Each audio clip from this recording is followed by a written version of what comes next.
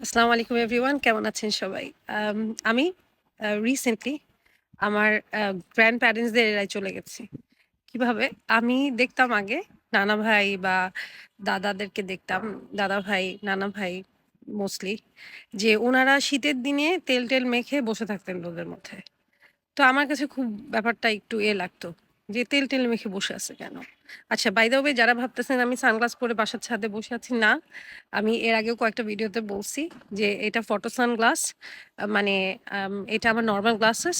Just রোদে আসলে এটা সানগ্লাসের মতো হয়ে যায়। It is not um a sunglass. এইজন্য এরকম দেখা যাচ্ছে। আচ্ছা, এনিওয়েজ।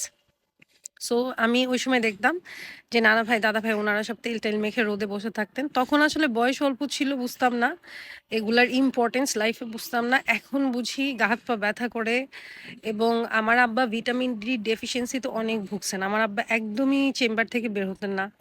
ও খুব রেয়ারলি লাস্টের কয়েক বছর হয়তো খুব কাজ না থাকলে কখনো বের হতেন না। আমার বাসায় আসলে বা খুব রেয়ারলি খুব বড় কাজ থাকলে বের হতেন। তো যেটাতে হয়েছিল যে আব্বুর যতই ভিটামিন ডি সাপ্লিমেন্টস খেয়েছে, ভিটামিন ডি, ক্যালসিয়াম এগুলোর অভাব হচ্ছে। তো আ রোদে যেত না। আব্বা নিজেই বলতেন যে, "আমি রোদে যাই না। সো আমার এইজন্য অনেক আ ডেফিশিয়েন্সিস।" তো আমি এখন বুঝি যে আমিও যখন সোহেল তাজের ওখানে যখন জয়েন করছিলাম, উনি আমাদের অনেক রকমের টেস্ট করাইছিলেন এবং আমি জানতে পারছিলাম যে আমার অনেক ডেফিশিয়েন্সিস আছে। Vitamin D one of them. তো এখন যেটা আমি করতেছি, শীতের দিন বুঝতে পারতেছি যে হাড্ডি-টাড্ডি অনেক ব্যথা করতেছে। যদিও ডি সাপ্লিমেন্টস খাই, যাই করি। তা আমি কয়েকদিন হলো, লাস্ট কয়েকদিন লোশন আর অর্গানিক কোকোনাট অয়েল এই ২ টা মিক্স করে একটা শাওয়ার নিই এই ১২ টার দিকে। শাওয়ার নিয়ে এটা পুরা বডিতে মাখি, দিয়ে সেরকম রোদে বসে থাকি। অ্যান্ড ট্রাস্ট মি, এইটা আমার গা ব্যথা যে কি পরিমাণে কমাইছে এবং আম শুধু তাই না, এটা আমার কাছে মনে হইছে যে আমার শীত কম লাগে। আমি যারা আমাকে পার্সোনালি চিনে জানে, আমি একদমই শীত সহ্য করতে পারি না। গরমও পারি না, শীতও পারি না। এবং শীতের সময় একদম আমি হাইবারনেশন এ চলে যাই।